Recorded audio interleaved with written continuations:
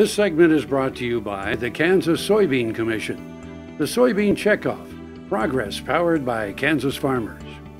Welcome back to Farm Factor and the Kansas Soybean Update.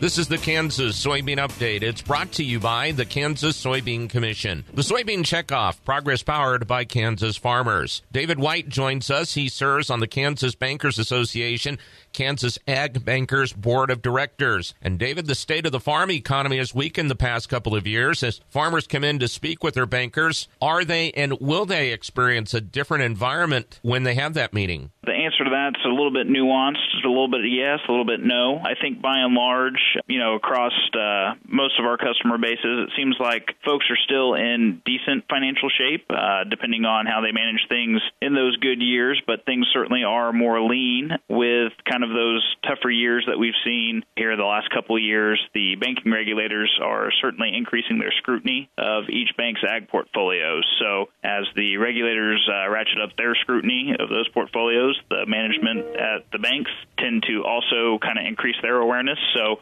loan officers are probably going to be asking more questions, asking for more detailed info than possibly years in the past when it was a little bit easier to just say hand in your tax return and balance sheet and kind of get renewal within a few days. So probably some more questions, a little bit more detailed discussion about forecasts and budgets and plans compared to recent years. And this is where it's key for that farmer really being proactive in communicating with their banker? Absolutely. Anything that the farmer can do to help make the loan officer's job easier is just going to help yourself that much more. And it really entails being prepared ahead of time with the proper documents that you need. Absolutely. If you've got your row crop line of credit coming due here in, let's say 60 days, a lot of lines are kind of due into December or maybe stretching into January. Be reaching out to your loan officer ahead of time and be asking your loan officer what they need in terms of documentation, what suggestions or guidance they have, maybe on some budgeting, getting your arms around cost of production and plans for marketing your crop that maybe you just took off,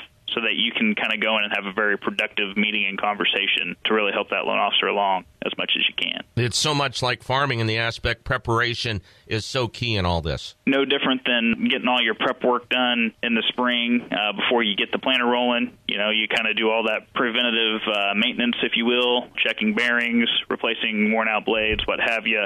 You really need to kind of do the same thing on the business front. David, we appreciate your time. Thank you very much. Thank you very much, Greg. That is David White, who serves on the Kansas Bankers Association's Kansas Ag Bankers Board of Directors, who joins us on the Kansas Soybean Update. It's brought to you by the Kansas Soybean Commission. The Soybean Checkoff, progress powered by Kansas farmers. Learn more at kansassoybeans.org. For Kansas Soybeans, I'm Greg Akagi. Hope you enjoyed this week's Kansas Soybean Update. Stay with us after the break for more with Dwayne Taves and Don Close. What if sustainability were synonymous with U.S. soy?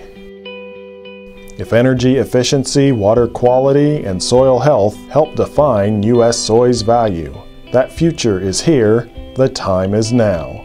To meet end-user demands, the Soybean Checkoff is committing to sustainability that's achievable, worthwhile, and enduring. A message from the Kansas Soybean Commission, the Soybean Checkoff, progress powered by Kansas farmers.